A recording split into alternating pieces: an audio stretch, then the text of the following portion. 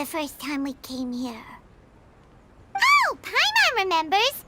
Nahita's consciousness had been trapped by the doctor, but we followed the clues she left behind to help her. So much time has already passed since then, and it seems Sumeru's changing for the better now that Nahita's in charge, right? Ah, look who it is. Running into you in a place like this? I can see you two still love wandering around. Oh, it's Dia! Since when are we just wandering around? We're usually taking care of some serious business, even though it may have nothing to do with our journey. But never mind that. What brings you here? I just finished a commission in the desert for a usual client of mine. Nothing too interesting. Just escorting a shipment of goods. I'm on my way to report back. That's when I saw you two all the way over there, chatting away. What were you two talking about anyway? Huh? You serious? Sounds good. All you need to do to get to Fontaine is cross this stretch of desert and navigate some waterways. Knowing you two, I'm sure it won't be anything you can't handle. So, when are you leaving?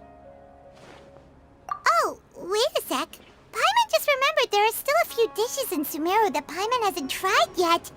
Now, where's that list Paimon made?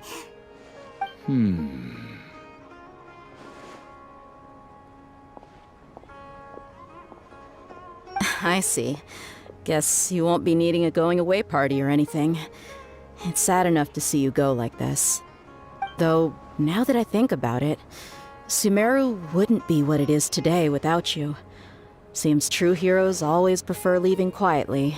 By the way, should we go say bye to Nahita?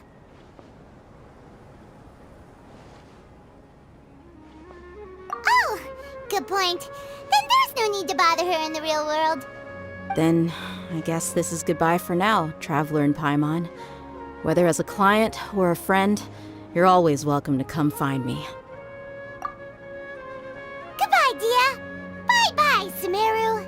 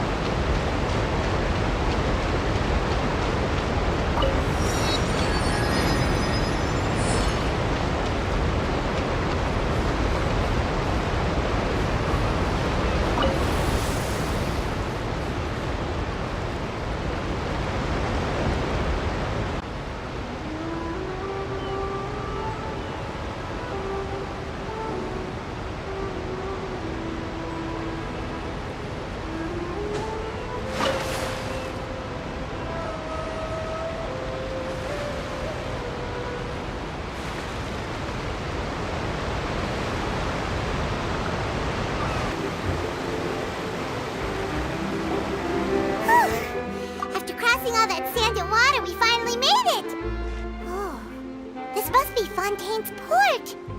Wow! looks so advanced in Fontaine. Paimon's heard that the industry here is extremely developed, and there are all kinds of unusual machines. Just seeing the sights as a tourist is nice, but maybe it would be better if we found something to do. What do you think?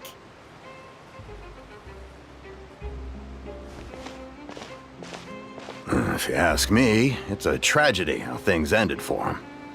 Clearly, he was a pretty decent person. Yeah, I didn't expect that kind of ending for him. I thought he would at least fight on a little longer for his family. I was expecting a sudden plot twist, but it's a pity that it never happened. Still, his story is quite the tearjerker.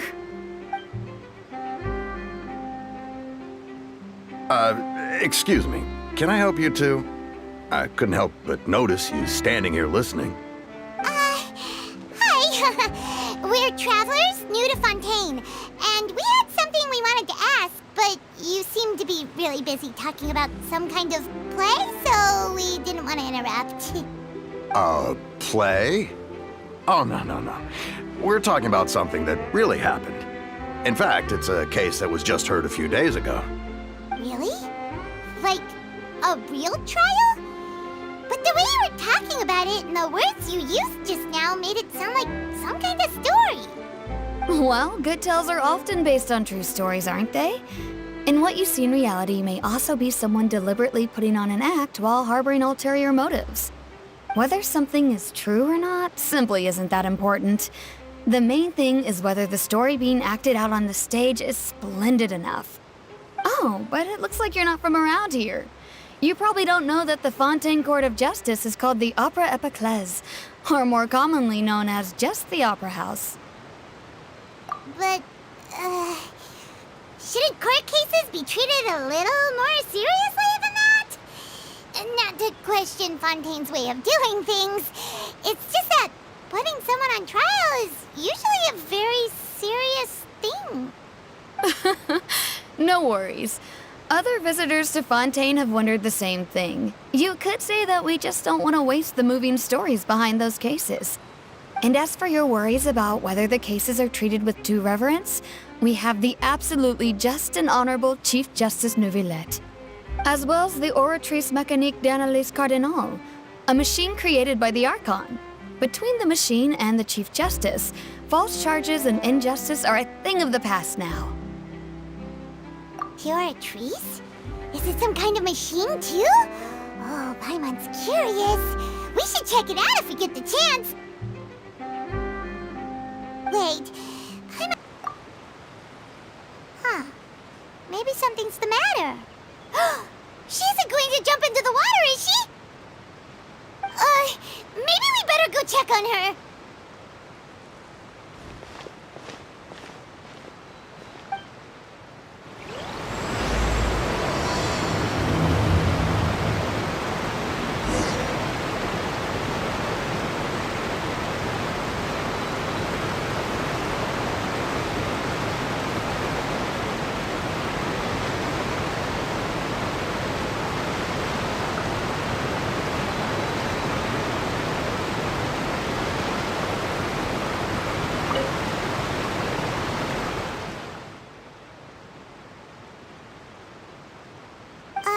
Hello there. Excuse me. Are you alright? Huh? I'm fine. Thanks. Oh, okay then. We just noticed that you seem to be worried about something. About many things, actually. But there's nothing I can do but just keep my troubles to myself. I was just reminiscing about a place my brother and I would play when we were kids. It was just atop that hill over there. See? You're pointing at the sea. Wait, are you saying that you and your brother lived in the water? No, people call the waters around Fontaine a sea. It's actually just an inland lake that's filled with fresh water. And no, I can still see that hill clearly in my memories. Now, it's been completely submerged. He would skip and jump, tossing sand in the wind. The sun shone brightly, and the air was filled with the scent of the sea. But now, The water is gradually swallowing our memories. It won't be long before it swallows us. Sorry. Paimon doesn't really get what you mean. I don't believe we've had the pleasure of meeting. Are you Lynette's new friends?